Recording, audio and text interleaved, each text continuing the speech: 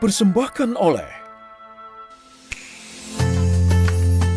Bismillah, salatu wassalamu ala rasulillah wa ala alihi wa sahbihi wa mawala wa ba'du.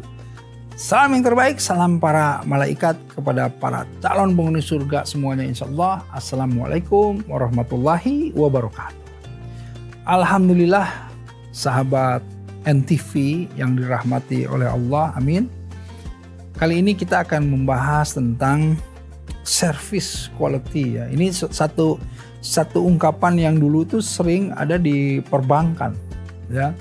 Kenapa? Karena bank ya itu adalah satu tempat yang penuh dengan pelayanan yang baik gitu ya. Dari mulai dengan adanya ilmu service quality ini yang namanya satpam yang dulunya kesannya galak-galak ya, kumis tebal gitu.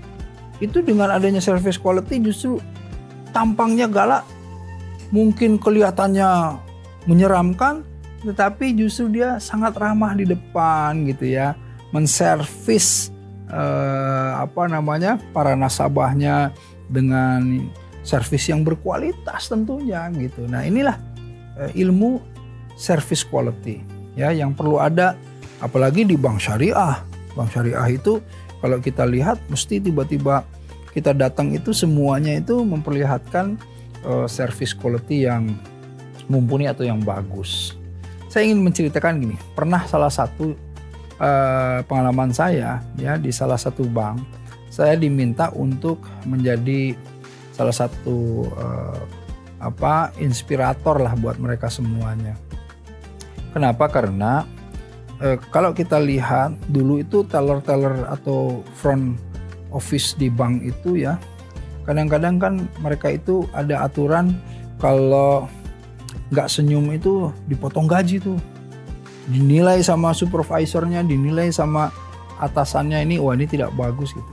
Jadi kadang-kadang mereka itu kalau misalnya ngelihat kita senyum, tapi ketika dia nunduk lagi udah cemberut lagi, ketika ngelihat lagi senyum lagi, ketika turun senyum gitu. Jadi terasa ada kepalsuan gitu ya. Nah, kemudian diberikanlah sebuah dalil bahwa senyum itu adalah sodako ya. Bahwa dengan senyum itu kalian itu memberikan kegembiraan kepada orang, memberikan pelayanan kepada orang, membuka hati dan terasa menyatu ta'liful qulub hatinya. Dan itulah yang membuat sesungguhnya pahala yang mengalir kepada dirinya. Nah, hal seperti ini kalau dipahami dia akan menjadi ringan untuk kemudian tersenyum gitu ya kepada orang yang perlu dilayani oleh dia gitu ya, tidak seperti robot yang kalau ketemu senyum nurun nunduk. Ini menjadi catatan penting gitu ya. Nah, kalau kita lihat yang namanya pelayanan Rasulullah Shallallahu Alaihi Wasallam, beliau kan sesungguhnya secara predikat itu sebagai rajanya orang-orang mukmin kan? Iya, karena Nabi Rasulullah SAW ya, penghulu para nabi bahkan. Tapi Rasulullah memilih menjadi hamba daripada menjadi raja bagi umatnya. Artinya hamba apa? Pelayan. Jadi kalau dalam konsep piramida itu Rasulullah itu tidak di atas piramid tetapi di bawah piramid, yang melayani, yang mengayomi umatnya. Nah, inilah service quality yang ditunjukkan oleh Rasulullah Shallallahu Alaihi Wasallam. Iya, ketika Rasul berjalan, beliau tidak mau sahabat-sahabatnya berjalan di belakang beliau. Kata Rasulullah, berjalanlah di sebelahku, di sampingku, engkau adalah sahabat-sahabatku. Jangan kau perlakukan aku seperti raja-raja Romawi gitu. Jadi betapa indahnya ya Rasulullah SAW itu melayani. Seperti misalnya jika seandainya ya ada orang yang kemudian meminta kepada Rasulullah SAW, Rasulullah selalu memberi. Sampai sahabat itu kesel. Ya, sampai sahabat kesel. Wahai Rasulullah, kenapa setiap ada orang yang meminta engkau selalu memberikan apa yang kau punya? Dan kalau barangmu atau sesuatu itu telah tiada, telah habis, orang masih meminta, engkau akan menjanjikan kalau seandainya punya, kau akan berikan kepadanya. Kenapa harus seperti itu wahai Rasulullah gitu. Kemudian Rasulullah dengan santainya menjawab kepada sahabatnya bahwa bukankah Allah pun selalu memberi.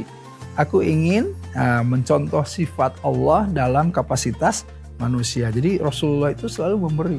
Apalagi di dalam bulan Ramadan.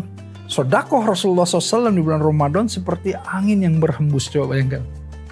Ya, Rasulullah bersedekah di bulan Ramadan seperti angin yang berhembus.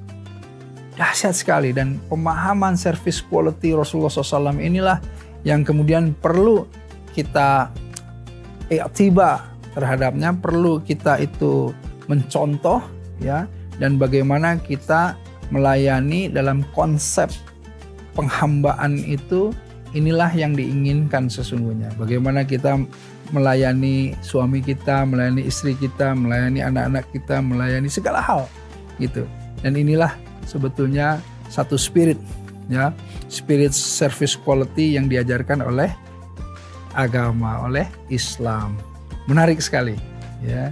Jadilah orang-orang yang melayani orang-orang yang lainnya dengan ikhlas, dan insya Allah semua pelayanan atau servis yang kita berikan itu membawa manfaat, dan Allah akan memberikan balasan yang berlipat ganda.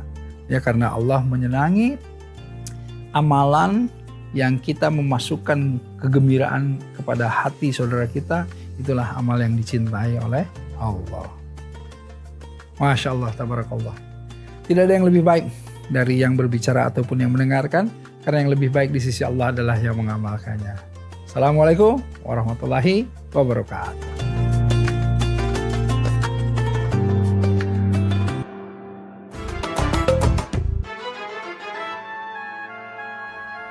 Dipersembahkan oleh